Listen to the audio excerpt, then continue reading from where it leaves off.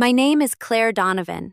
I'm 31 years old, and the night my family raised their glasses to celebrate my brother for being self-made, I was sitting 3 chairs away, staring at my phone, as a $7,200 payment processed, the warehouse rent I had quietly covered that morning. We were seated in a private dining room at a country club just outside Denver. My mother stood, smiling too wide, her voice carrying across the table. "Ethan built everything from the ground up," she said. "No help, no shortcuts, just discipline." Everyone clapped. Ethan put his hand over his chest like he was embarrassed by the praise, like he deserved it. I waited, just a second, for him to say something, to correct her. He didn't. He just smiled. For 18 months, I had been holding his business together. Lease, insurance, payroll gaps. Every time he said he was close to stabilizing, I believed him. I kept believing him even when it stopped making sense. "Claire," my mother said, turning toward me, "you must be so proud of your brother." I looked at her, then at him. My chest felt tight, like I couldn't get a full breath, but I still set my phone down on the table. "I am," I said. My voice sounded steady at first. "And if he really did all this on his own, then he should be fine without the $7,200 I just canceled." My voice cracked on the number. I hated that it did. The room went quiet. Ethan let out a quick laugh. "Okay, relax," he said. "She's being dramatic. She helped a bit early on, that's it." Something in my chest snapped. "No, that's not," I started, louder than I meant to. A couple people at the next table glanced over. I swallowed hard and forced my voice down. "That's not true."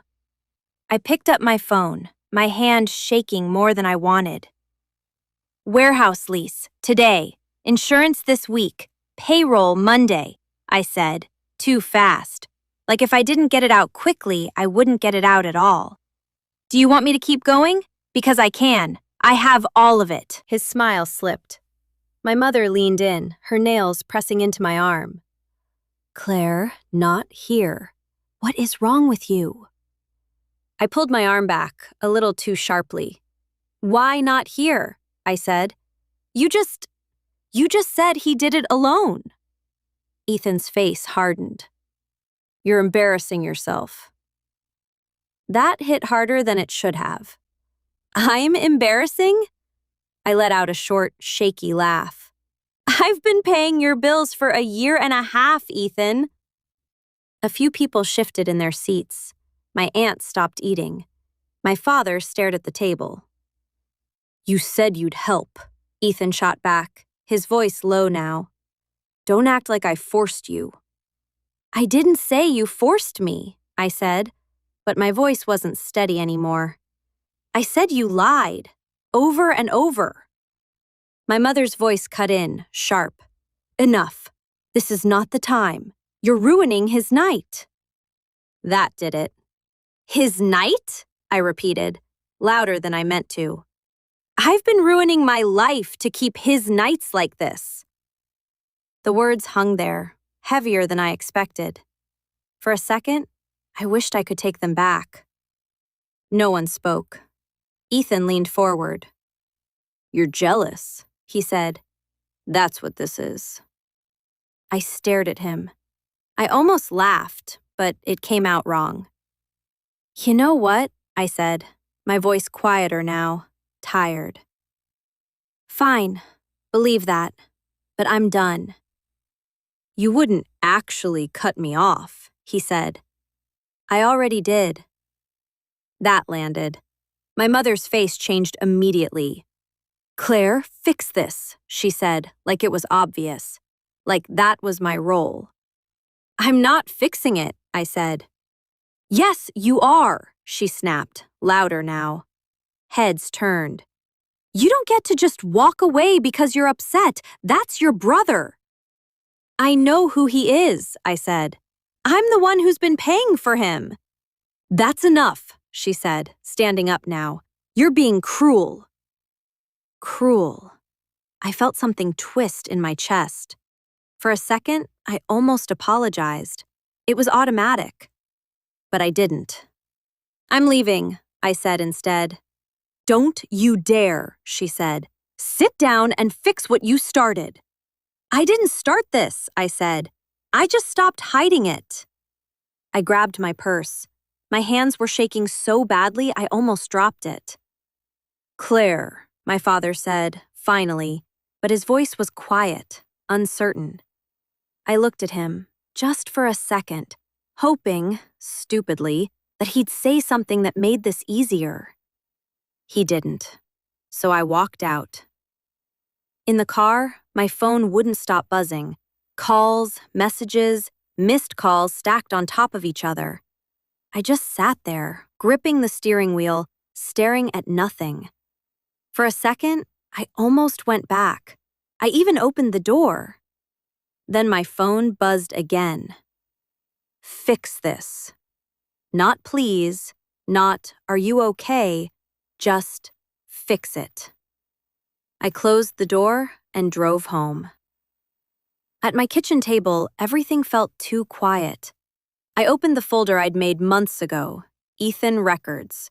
Receipts, transfers, screenshots, proof that I wasn't imagining things. One audio message played automatically when I clicked it. You're saving me, Claire.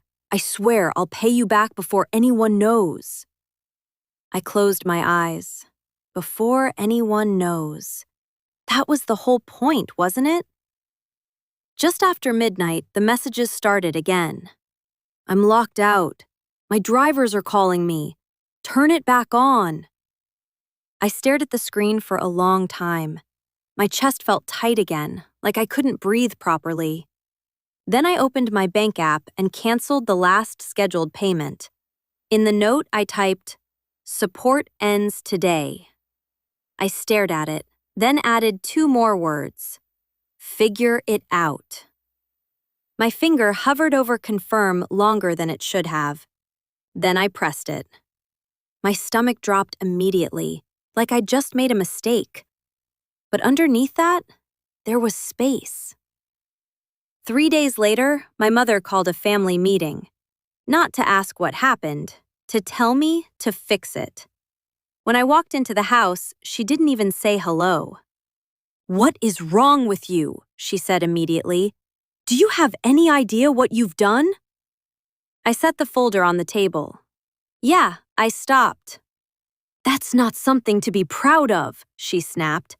He's falling apart and you're just standing there. I've been standing there for 18 months, I said. No, you've been enabling him, she shot back, and now you're punishing him for it. That stung. Punishing? I said. I'm trying to survive my own life. Ethan slammed his hand on the table. You couldn't stand seeing me succeed. I almost laughed, but it came out sharp. You weren't succeeding.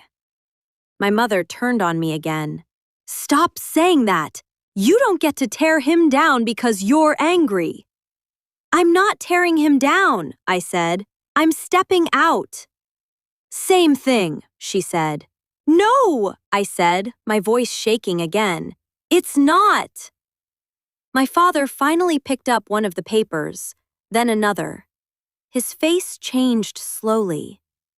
You've been paying this every month? He asked. Yeah, I said. For how long?